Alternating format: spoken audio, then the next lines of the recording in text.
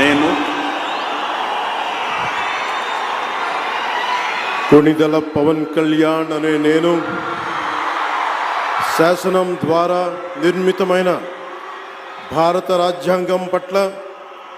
నిజమైన విశ్వాసం విధేయత చూపుతానని, భారతదేశ సార్వభౌమాధికారాన్ని సమగ్రతని